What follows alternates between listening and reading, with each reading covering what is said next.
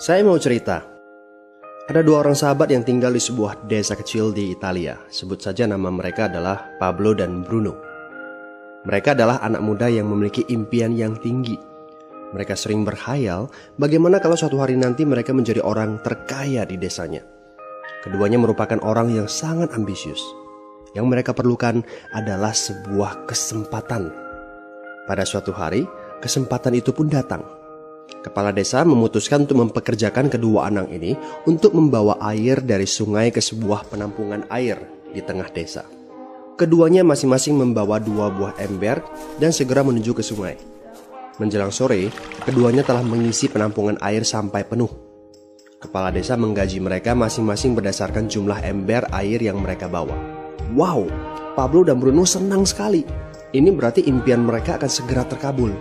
Mereka sulit percaya jika mereka bisa mendapatkan rezeki sebanyak ini. Mereka bekerja lebih keras lagi setiap hari agar bisa mengangkut air lebih banyak.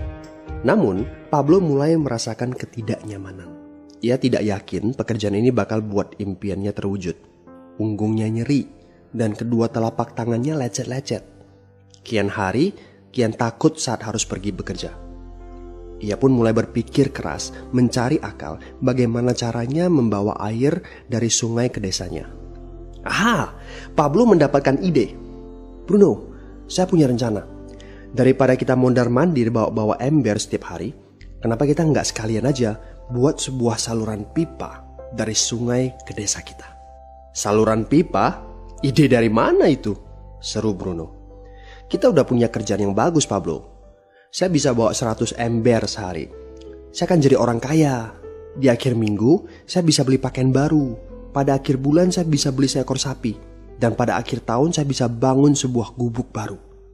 Nggak ada kerjaan sebagus ini di desa ini. Setiap minggu kita bisa liburan. Setiap akhir tahun, kita berhak cuti selama 2 minggu dengan gaji utuh. Kita akan punya hidup yang layak. Jadi buang jauh-jauh lah pikiran untuk bangun saluran pipa. Tapi Pablo tidak putus asa. Ia akhirnya memutuskan untuk bekerja paruh waktu. Ia tetap bekerja mengangkut ember-ember air. Separuh waktunya, serta di akhir pekan, dia luangkan waktu untuk bangun saluran pipanya. Hal itu tidak mudah. Penghasilannya otomatis menurun dan dibutuhkan waktu 1 hingga 2 tahun sebelum saluran pipanya bisa menghasilkan sesuatu yang berarti. Bruno dan orang-orang desa mulai mengejek Pablo. Dia menyebutnya Pablo si manusia saluran pipa. Bruno yang berpenghasilan hampir 2 kali lipat dari Pablo terus memamerkan barang-barang baru yang berhasil ia beli. Sapi, keledai, pakaian, sepatu baru, gubuk bertingkat 2. Bruno bisa makan mewah di kedai. Orang-orang di desa menyebutnya Tuan Bruno. Sementara Bruno berbaring santai di sore hari pada akhir pekan, Pablo terus saja menggali saluran pipanya. Pada bulan-bulan pertama, Pablo memang tidak bisa menunjukkan hasil dari usahanya. Pekerjaannya memang sangat berat, bahkan lebih berat daripada kerjaan Bruno. Karena Pablo juga harus bekerja pada malam hari. Demikian pula di akhir minggu. Tapi Pablo selalu mengingatkan pada diri sendiri bahwa impiannya dibangun berdasarkan pada perjuangan yang dilakukan hari ini. Dari hari ke hari, dia terus menggali, inci demi inci. Sedikit demi sedikit, lama-lama jadi bukit. Dari 1 inci kemudian menjadi 1 kaki. Kemudian jadi 10 kaki. Kemudian 20 kaki, 100 kaki, dan seterusnya. Bersakit-sakit dahulu, senang-senangnya kemudian. Demikian dia terus menyemangati dirinya sendiri. Sepulang kerja, tubuhnya lelah sekali. Fokus pada hasilnya.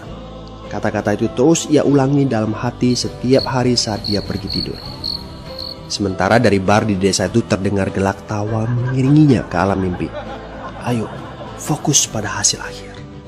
Hari berganti bulan, saluran pipanya sudah setengah jadi. Saat beristirahat, Pablo melihat dari jauh sahabatnya Bruno yang terus saja mengangkut ember-ember. Bahu Bruno tampak semakin lama semakin membungkuk. Dia menyeringai kesakitan. Langkahnya semakin lamban akibat kerja keras setiap hari. Dia semakin jarang bersantai-santai di tempat tidur gantungnya. Dia lebih sering terlihat di bar, duduk dengan wajah letih dan murung. Saat pengunjung bar melihat Bruno, mereka saling berbisik. Hei, ini dia Bruno si manusia ember. Dia lebih suka duduk sendiri di sudut yang gelap ditemani botol-botol kosong di sekelilingnya. Akhirnya, saat bahagia Pablo pun tiba. Saluran pipanya sudah rampung. Orang-orang desa berkumpul saat air mulai mengalir dari saluran pipanya menuju ke penampungan air di desa. Sekarang, desa ini sudah bisa mendapatkan pasokan air bersih secara tetap. Pablo tidak perlu lagi membawa ember. Artinya, airnya akan terus mengalir, baik dia sedang bekerja maupun tidak. Air itu mengalir saat dia makan, saat dia tidur. Air itu mengalir di akhir minggu ketika dia asyik bermain. Semakin banyak air yang mengalir ke desa itu, semakin banyak pula uang yang mengalir ke kantong Pablo. Apa moral dari cerita ini? Pertanyaan yang paling penting untuk kita renungkan adalah, siapakah Anda? Seorang pembawa ember atau seorang pembuat saluran pipa? Apakah Anda hanya mendapatkan penghasilan jika Anda datang ke tempat kerjaan, seperti Bruno pengangkut ember? Atau Anda termasuk orang yang bekerja hanya sekali saja, kemudian Anda dibayar terus-menerus, seperti Pablo pembuat saluran pipa? Jika Anda termasuk orang kebanyakan, itu berarti Anda bekerja dengan menggunakan pola pembawa ember. Anda membarterkan waktu untuk mendapatkan uang. Maksudnya, bekerja 1 jam dibayar per jam, bekerja 1 bulan dibayar per bulan, bekerja setahun dibayar per tahun. Masuk akal kan? Masalahnya, dengan sistem pembawa ember, masuknya uang akan berhenti saat kita berhenti bawa ember. Artinya pendapatan kita hanya sementara alias tidak langgeng. Kalau di suatu pagi Bruno bangun dan punggungnya terasa sakit, sehingga dia tidak bisa bangkit dari tempat tidurnya, berapa uang yang akan dia dapatkan hari itu? 0 besar. Fakta yang harus kita sadari adalah kita tidak bisa bekerja selamanya karena faktor usia dan kesehatan. Jika kita tidak sanggup membarterkan waktu kita, maka kita tidak akan mendapatkan uang. Pablo jauh hari sudah menyadari keterbatasan ini. Karena itulah dia langsung berpikir untuk menciptakan suatu sistem yang memungkinkan dia untuk terus mendapatkan bayaran baik dengan cara barter waktu ataupun tidak. Pikirkan ini. Bagaimana dengan Anda? Anda mau apa kalau besok penghasilan Anda berhenti? Apa yang akan terjadi kalau Anda dipecat? Apa yang terjadi kalau kemudian Anda sakit atau cacat sehingga tidak bisa membawa ember lagi? Bagaimana seandainya perawatan kesehatan yang mendadak yang harus Anda jalani menghabiskan uang tabungan Anda? Apa yang terjadi bila uang tabungan Anda itu langsung menguap dalam semalam?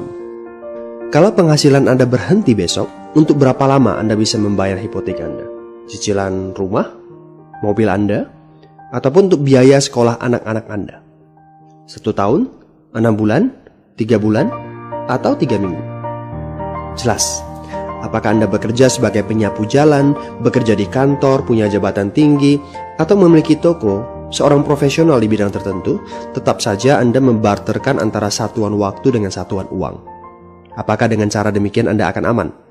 Satu-satunya jalan untuk menciptakan keamanan yang sesungguhnya adalah seperti yang dilakukan oleh Pablo, yaitu membangun saluran pipa saat Anda masih bekerja sebagai pembawa ember. Dengan membangun sebuah saluran pipa, Anda cukup mengerjakan pekerjaan sekali saja, capeknya sekali saja, tetapi Anda akan dibayar terus-menerus. Saluran pipa ini akan memberikan Anda penghasilan walaupun Anda sedang tidur ataupun Anda sedang main. Penghasilan ini juga akan terus Anda peroleh setelah Anda pensiun, pada saat Anda sedang sakit ataupun cacat sehingga tidak bisa bekerja, dan juga dalam situasi darurat. Inilah yang disebut sebagai penghasilan pasif. Anda tahu, saat ini kami sedang membangun saluran pipa yang akan memberikan penghasilan pasif. Mau tahu caranya?